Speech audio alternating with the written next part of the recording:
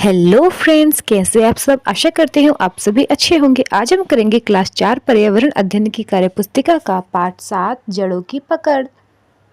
तो गतिविधि 1 देखते हैं। गतिविधि 1 है, नीचे दिए गए चित्र को गौर से देखकर उसके अंगों के नाम दिए गए बॉक्स में लिखिए। तो देखिए, ये चित्र जो एक पौधे का चित्र है, तो आपको इसके अंगों के नाम लिखने हैं। जैसे कि ये इसकी जड़ है, तो हम यहाँ जड़ लिखेंगे। अगला ये इसकी पत्तियाँ हैं, तो हम यहाँ पत्तियाँ लिख देंगे। ये फूल है, तो हम यहाँ फूल लिखेंगे। ये फल है, तो हम यहाँ फल लिख देंगे। ये अंग पौधे का तना कहलाता है, हम इधर तना लिख देंगे। चलिए गतिविधि 2 देखते हैं। गतिविधि 2 है, पौधों को पानी कहाँ से और कैसे मिलता है, लिखिए। तो हम लिखेंगे, पौधों को पानी वर्षा, भूजल, सिंचाई और ओस से मिलता है तथा पौधों की जड़ों द्वारा पानी पौधों के सभी अंगों या भागों तक पहुंचता है। चलिए, आप चाहे तो इसका स्क्रीनशॉट ले सकते हैं। गतिविधि 3 देखते हैं। गतिविधि 3 है, आसानी से उपलब्ध होने वाले एक ही तरह के 2 पौधे लीजिए, उसे 2 अलग अलग गमलों में लगाकर एक पौधे को सूर्य के प्रकाश में तथा दूसरे गमले को घर के अंदर रखिए। दोनों पौधों को समान रूप से देखभाल कीजिए और बताइए कि पहला प्रश्न है, ये आपको एक सिचुएशन दिया गया है कि 2 पौधे आपको लेना है, एक को सूर्य के प्रकाश में बाहर रखना है, एक को घर में रखना है, और दोनों पौधों में क्या क्या अंतर आपको दिखता है वो लिखना है। जैसे कि इनका पहला प्रश्न है, आपने दोनों पौधों की देखभाल हेतु कौन कौन से कार्य किए। तो हम लिखेंगे कि हमने दोनों पौधों की देखभाल हेतु निम्नलिखित कार्य किए, जैसे पानी दिया, खाद दिया और मिट्टी की देखभाल की। अगला प्रश्न है, चलिए ख प्रश्न देखते हैं, आपको दोनों पौधों के विकास में कोई अंतर दिखाई दिया। तो हम लिखेंगे, हाँ, हमें दोनों पौधे के विकास में अंतर दिखाई दिया। चलिए अगला प्रश्न है, यह अंतर कैसा था। तो हम लिखेंगे, सूर्य के प्रकाश में रखा पौधा तेजी से विकसित हुआ और उसकी पत्तियां अधिक हरी और मजबूत बनी, जबकि घर के अंदर रखा पौधा धीरे धीरे बड़ा हो रहा था और उसकी पत्तियां कमज़ोर और पीली थी। तो घ प्रश्न है, आपको कोई परिवर्तन कितने दिनों बाद दिखाई दिया। अपने शिक्षक से पूछकर लिखे कि परिवर्तन किस कारण से हुआ। तो हम लिखेंगे, हम ये लिखेंगे कि प्रथम सप्ताह, पहला सप्ताह दोनों पौधे समान दिखाई दे रहे थे।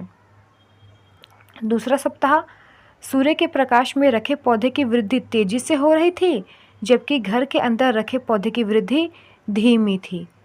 तीसरा सप्ताह यानी कि तृतीय सप्ताह, हम लिखेंगे, सूर्य के प्रकाश में रखे पौधों की पत्तियां अधिक मजबूत और बड़ी हो गई, जबकि घर के अंदर रखे पौधों की पत्तियां कमज़ोर और छोटी थी। तो चौथा है चतुर्थ सप्ताह यानी कि चौथा सप्ताह, सूर्य के प्रकाश में रखे पौधे में फूल आने शुरू हो गए, जबकि घर के अंदर रखे पौधे में अभी तक फूल नहीं आए थे। तो हम लिखेंगे, इन परिवर्तनों से यह स्पष्ट होता है कि सूर्य का प्रकाश यानी कि सूरज की रोशनी पौधे के विकास में महत्वपूर्ण भूमिका निभाता है। आई होप आपको आंसर समझ में आ रहे होंगे। चलिए गतिविधि 4 देखते हैं। गतिविधि 4 है, नीचे कुछ सब्जियों और फलों के चित्र दिए गए हैं। इनमें से वैसे सब्जियों या फलों को गोल घेरिए जिसके तने को हम खाते हैं। तो हम इन सब्जियों में से तने को खाते हैं, जैसे कि पहला है अदरक के तने या फिर जड़ को खाते हैं। दूसरा है गाजर अपने पौधे का तना भी है और जड़ भी है। दूसरा है मूली। तीसरा हम कर सकते हैं गन्ने के भी हम तने को खाते हैं। अगला है आलू, ये आलू का चित्र है, हम आलू के भी तने को खाते हैं। चलिए बाकी जो ये फल बच गए, जैसे नींबू के हम तने को नहीं, फल को खाते हैं।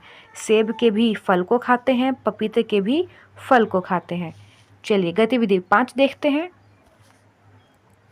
गतिविधि 5 है, जड़ों के क्या कार्य है, लिखिए। तो हम लिखेंगे, जड़ों के कार्य इस प्रकार है। जैसे पहला है जल और खनिज पदार्थ का अवशोषण करना। हम जो गमले में पानी देते हैं वो पौधों की जड़ों में देते हैं, क्योंकि जड़ ही जल और जितने भी मिट्टी में खनिज पदार्थ होते हैं उनको सोखते हैं, फिर उनका अवशोषण करते हैं। तो पहला हो जाएगा जल और खनिज पदार्थ का अवशोषण करना। दूसरा है पौधों को स्थिरता प्रदान करना। तीसरा हो सकता है पौधे की वृद्धि को नियंत्रित करना। चौथा है मिट्टी को पकड़े रखना। जितने भी पेड़ पौधे की जड़ें हैं ये मिट्टी को पकड़े रखती हैं ताकि पौधा स्थिर रहे और मिट्टी के कटाव को भी रोकते हैं। चलिए गतिविधि 6 देखते हैं।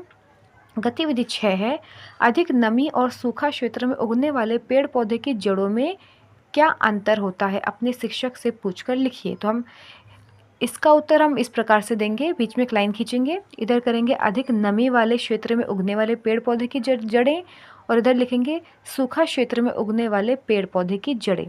तो सबसे पहले हम अधिक नमी वाले क्षेत्र में उगने वाले पेड़ पौधे की जड़ें के बारे में बताएंगे। जैसे इनकी जो जड़ें होती है कम गहरी और अधिक फैली हुई होती है, कम गहरी होती है और अधिक फैली होती है। दूसरा अधिक शाखाओं वाली होती है, इनकी जो जड़ें होती हैं उनकी अधिक शाखाएं होती है। तीसरा जल को अवशोषित करने के लिए अधिक सक्षम है, यानी कि ये ऐसी जड़ें जल को अधिक सोखती हैं, फिर अधिक अवशोषित करती है। चौथा इनकी जड़ जो होती है वो कम मोटी होती है। चलिए अगला है सूखा क्षेत्र में उगने वाले पेड़ पौधे की जड़ें। तो हम लिखेंगे इसकी जो जड़ें होती है वो गहरी और कम फैली होती है। जैसे आप देखेंगे जैसे कि अधिक नमी वाले क्षेत्र की जड़ होती है कम गहरी और अधिक फैली, सेम इसका विपरीत होता है सूखा क्षेत्र वाले की जड़ें, इनकी जड़ें गहरी और कम फैली होती है। दूसरा अंतर है कम शाखाओं वाली। जो अधिक नमी वाले क्षेत्र में उगने वाले पेड़ पौधे हैं वो अधिक शाखाओं वाले होते हैं और सूखा क्षेत्र में उगने वाले पेड़ पौधे की जड़ें कम शाखाओं वाली होती हैं। अगला अंतर है कि जो अधिक नमी वाले क्षेत्र में उगने वाले पेड़ पौधे की जड़ें हैं वो जल को अवशोषित करने के लिए अधिक सक्षम है, जबकि सूखा क्षेत्र में उगने वाले पेड़ पौधे की जड़ें जल को संचय करने के लिए अधिक सक्षम है, यानी कि ये जल को काफ़ी लंबे समय तक अपने अंदर धारण कर सकते हैं, पानी को एक जगह इकट्ठा करके रख सकते हैं। अगला अंतर है कि इनकी जड़ मजबूत और मोटी होती है, जबकि इनकी जड़ कम मोटी होती है। चलिए अगला प्रश्न है क्या सभी पेड़ों की जड़ें समान आकार की होती है? तो हम लिखेंगे नहीं, सभी जड़ें समान आकार की नहीं होती हैं। अगला प्रश्न है वैसे पौधों का नाम लिखिए जिनकी जड़ें को आपने देखा है। तो हम लिख सकते हैं घास, तुलसी, धनिया, पुदीना, अदरक, लहसुन, गाजर और मूली। चलिए गतिविधि 7 देखते हैं। गतिविधि